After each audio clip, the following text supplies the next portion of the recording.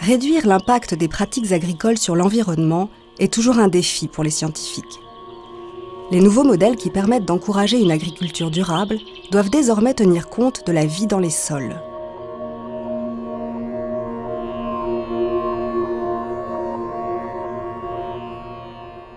Le sol héberge le plus gros réservoir de biodiversité de la planète. On y trouve une faune souvent invisible à l'œil nu, ainsi que des bactéries et champignons. Des organismes mal connus qui pourtant participent à la fabrication du sol et assurent sa vitalité. Il y a un très beau sol, là. Lydia et Claude Bourguignon observent la faune souterraine depuis plusieurs années. Ça fait partie des parcelles que tu aimes bien. Ça fait partie des parcelles qui sont à découvrir. Sur ce terrain viticole, leur laboratoire va déterminer le nombre et la diversité de la faune présente. Elle a un parfum magnifique, cette terre. Ce sont des actinomycètes qui produisent une substance qu'on appelle la géosmine. Donc géo à la terre et smine, le parfum de la terre. Quand une terre qui sent bon, pour nous, c'est tout de suite un très très bon signe. C'est qu'il y a une activité. On sait que s'il y a des actinomycètes, il y aura une activité biologique. On va pouvoir la mesurer au laboratoire.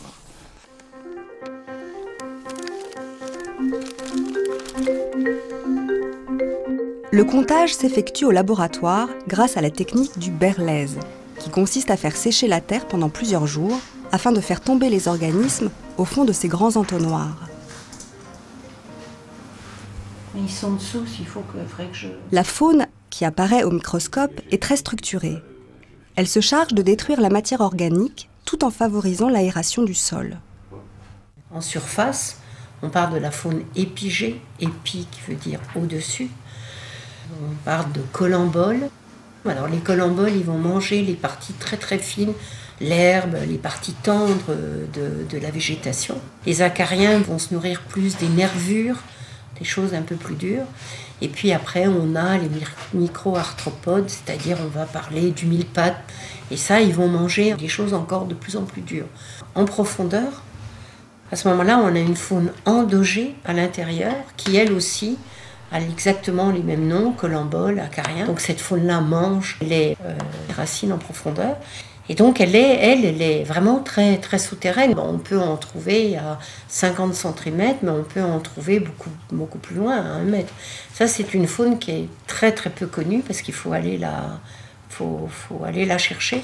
Et puis on a une autre faune qui fait le lien, c'est les vers de terre. Et eux vont brasser le sol et vont générer du sol parce qu'en profondeur, ils vont aller récupérer les argiles. En surface, on a la matière organique et à l'intérieur de leur estomac, ils ont une glande qui va permettre, en brassant, de faire ce qu'on appelle le complexe argilo-humique, qui est la terre. Présente par millions au mètre carré, la faune n'est pourtant qu'une partie de la biodiversité souterraine. À ses côtés vivent des micro-organismes, composés de bactéries et champignons, dont l'importance est encore plus grande. Ils sont maintenant minutieusement observés par l'unité d'agroécologie de l'INRA Dijon. Ce sont eux, principalement, qui vont dégrader la matière organique du sol en matière minérale.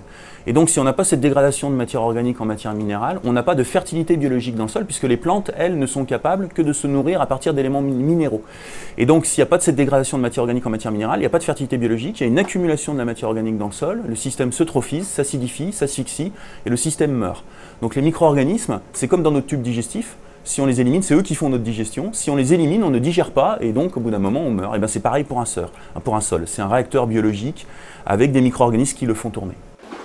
Pour mieux connaître l'activité de ces micro-organismes, l'unité s'est dotée d'une plateforme unique, Génosol, qui analyse les sols sur l'ensemble du territoire. Au cœur de ce dispositif, un conservatoire de plus de 8000 échantillons de sol. On a développé des techniques de biologie moléculaire où on n'étudie plus les individus que l'on met en culture, mais on étudie leurs séquences génétiques, leurs marqueurs génétiques, et donc on extrait l'ADN du sol, généralement de 1 gramme de sol. Après, à partir de cet ADN, on va utiliser des outils de génotypage, de PCR, de séquençage, pour aborder l'abondance et la diversité des micro-organismes du sol, et ainsi faire une évaluation de cette biologie du sol par rapport aux pratiques agricoles ou aux modes d'utilisation un peu plus général. Le sol est un milieu fragile. Les pratiques agricoles intensives peuvent être néfastes pour la faune ou pour la population microbienne. Une terre pauvre en faune et en microbes accélère la sécheresse, peut parfois favoriser l'érosion et demandent l'ajout d'engrais pour aider à la croissance des cultures. On cherche donc aujourd'hui à orienter les agriculteurs vers des systèmes innovants qui préservent la vie dans les sols tout en conservant les rendements.